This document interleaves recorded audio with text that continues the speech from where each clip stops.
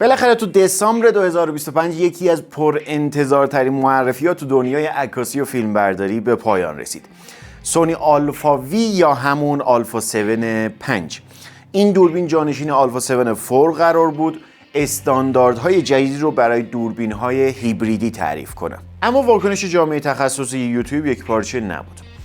عده‌ای اون رو بهترین دوربین هیبریدی تاریخ دونستن و عده‌ای گفتن که این یه آپدیت ترسو و پرهزینه است و خیلی از بچه‌های خودمونم تو ایران بررسی کردن، گفتن که حالا ما انتظار بیشتری از سونی داشتیم که این انتظارها رو برآورده نکرد و چندان تفاوتی با آلفا 7 4 نداره.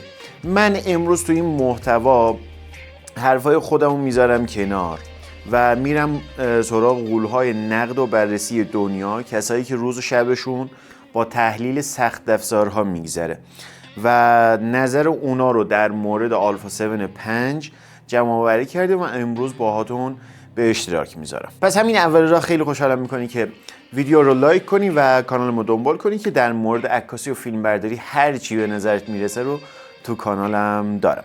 بریم سراغ این بررسی خفن. بخش اول در مورد موتور جدید، سنسور و ایزوی بالا. سونی روی کاغذ از یه سنسور بهبود یافته 33 مگاپیکسلی استفاده کرده، اما با یه معماری جدید خودش گفته و پردازنده بیونز XR2. این یعنی قدرت پردازش بالاتر. اما آیا این اعداد و ارقام واقعا تفاوتی تو خروجی ایجاد میکنن یا نه؟ بریم نظرات کارشناسان درباره کیفیت تصاویر خام رو ببینیم. پولین میگه برای من که یک عکاس هستم واقعا فرق زیادی بین کیفیت فایل راو در ایزوی 100 تا 800 با آلفا 7 4 ندیدم. سونی اینجا بازی رو عوض نکرده، اما نکته مثبت اینه که وقتی ایزو رو میبری تا 12800 اون تراشه جدید AI و پردازنده بیونز کارشون رو نشون میدن. نویز رنگی به طور چشمگیر کمتر شده. این یعنی عکاسای خبری و ایونت ها بالاخره میتونن به فایل های ایزوی بالا هم اعتماد کنن. چیزی که از بررسی های پولین برمیاد اینه که سونی تو حال حاضر بازی مگاپیکسل رو کلاً کنار گذاشت و روی تمیزی پیکسل ها تمرکز کرده. اونا نمیخواستن وارد بازی رقابت با سنسورهای 60 مگاپیکسلی بشن، بلکه میخواستن پرفورمنس رو تو شرایط سخت بهبود بدن. تونی میگه که ما انتظار داشتیم سونی به سمت 40 مگاپیکسل حرکت کنه تا فضای بیشتری برای کراپ به عکاسا بده. موندن روی 33 مگاپیکسل تو این رنج قیمتی این دوربین رو در رقابت با نیکون Z8 یا کنون R6 مارک 2 یا 3 کمی ضعیف نشون میده. اگه عکاس منظری اید که نیاز به جزئیات دارید، بدونید که این دوربین شکست میخوره. جنبندی بخش کیفیت تصویر. آلفا 7 5 یک بهبود تدریجی کرده. اگه برای شما جزئیات و شارپنس نهایی مهمه، نقد تونی کاملا درست. اما اگه سرعت، نویز کم و عملکرد بدون خطا میخواید، سونی کاملا به هدف زد. بخش دوم، انقلاب هوش مصنوعی و فوکس. اصلی ترین دلیلی که آلفا 7 5 نسبت به نسل قبلی خودش قیمت بالاتری داره، تراشه و هوش مصنوعی اختصاصیشه. سونی ادعا میکنه این سیستم فوکس نه تنها چشم رو میبینه، بلکه میتونه حالت، پوز و سوژه رو پیش بینی کنه.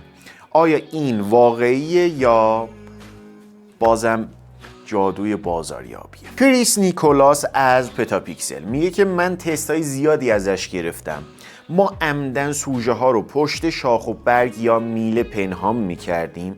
فوکس قبلی سونی معمولا اینجا شکست میخورد و روی پس زمینه قفل میشد، اما آلفا 7 5 با درصد موفقیت 98% سوژه رو رها نمیکنه. کریس میگه این دیگه فقط فوکس نیست، یک سیستم تعقیب سوژه کامله. این دوربین عملا شغل کسی که باید دائم فوکوس رو چک کنه حذف میکنه. او همچنین اضافه میکنه قابلیت جدید اوتو فریمینگ برای ولاگرها که دوربین رو ثابت میذارن و حرکت میکنن یک قابلیت تغییر دهنده بازی. خودمونیم اینجا سونی کاملا بی‌رقیبه. تقریبا تمامی کارشناسا از عکاسای پورتره تا فیلم بردارای ورزشی ادعا کردند که این پیشرفته ترین و قابل اعتماد ترین سیستم فوکس در این رده قیمتی هستش. اگه کار شما با سوژه های متحرک یا تو محیط های پیچیده گره خورده، این یه شکست نیست بلکه یک پیروزی قاطع هستش. بخش ویدیو و رولینگ شاتر. اما بخش فیلم برداری و کابوس کاربرای آلفا 7 4 یعنی کراپ سنگین در 4K 60 فریم بر ثانیه بالاخره به پایان رسید. سونی ادعا میکنه 4K 60 فریم رو از تمام سنسور و بدون کاهش کیفیت ارائه میده. اما تحلیل فنی این وسط چی میگه؟ جرارد میگه بالاخره سونی گوش کرد. تستای من نشون میده 4K 60 فریم عملا بدون کراپه. فقط 1/400 که اونم قابل چشم پوشی.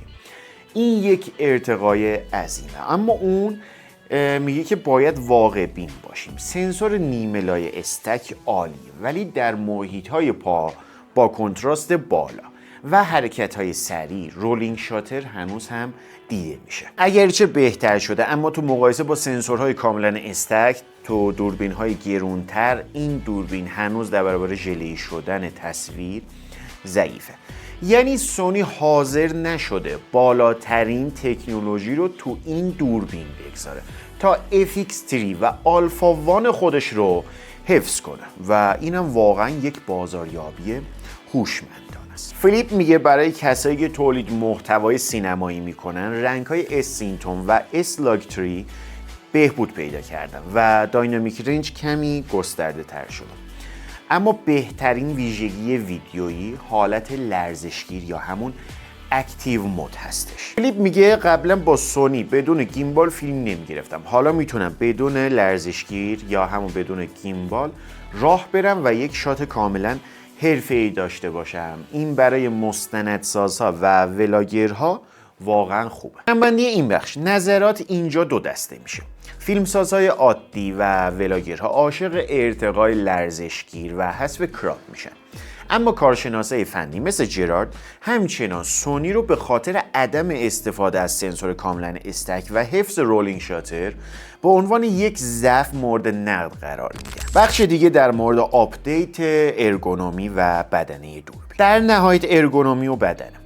دو مشکل بزرگ آلفا 7 4 نمایشگر کج و عدم راحتی تو دست گرفتن بود. اکثر کارشناسا اینجا میگن که اضافه شدن نمایشگر 4 محوره شبیه آلفا 7 RF5 بالاخره به کابوس ما پایان میده. دیگه لازم نیست نگران اون گیر کردن کابل‌ها به نمایشگر بشین.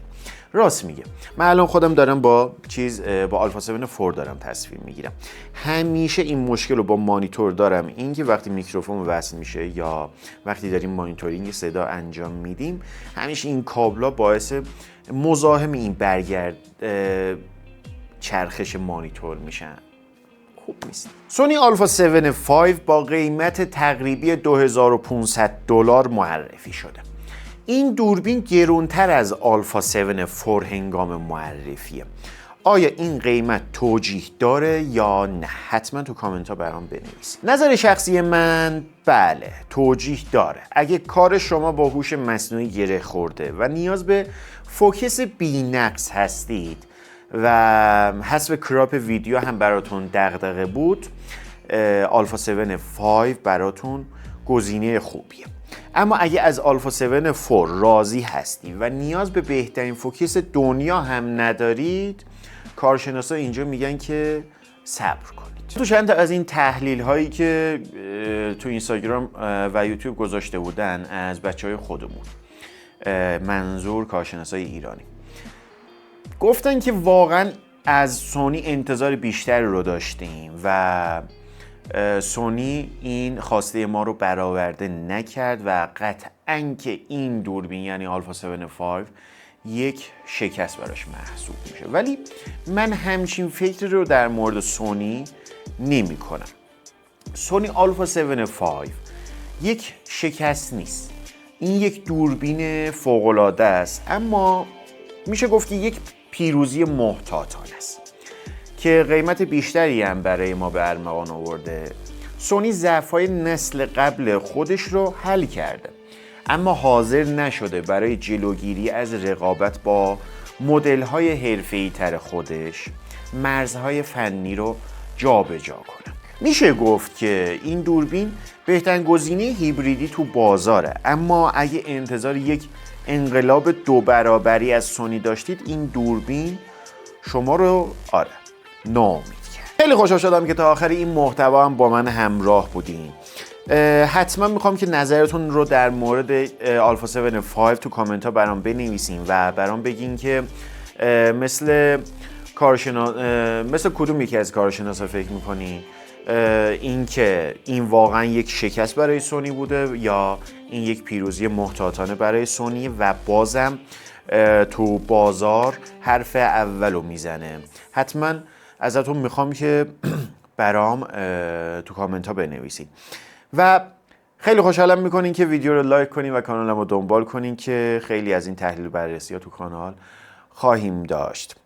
مراقب خودتون باشین. تو ویدیوی بعدی میبینمتون. خیلی مخلصیم.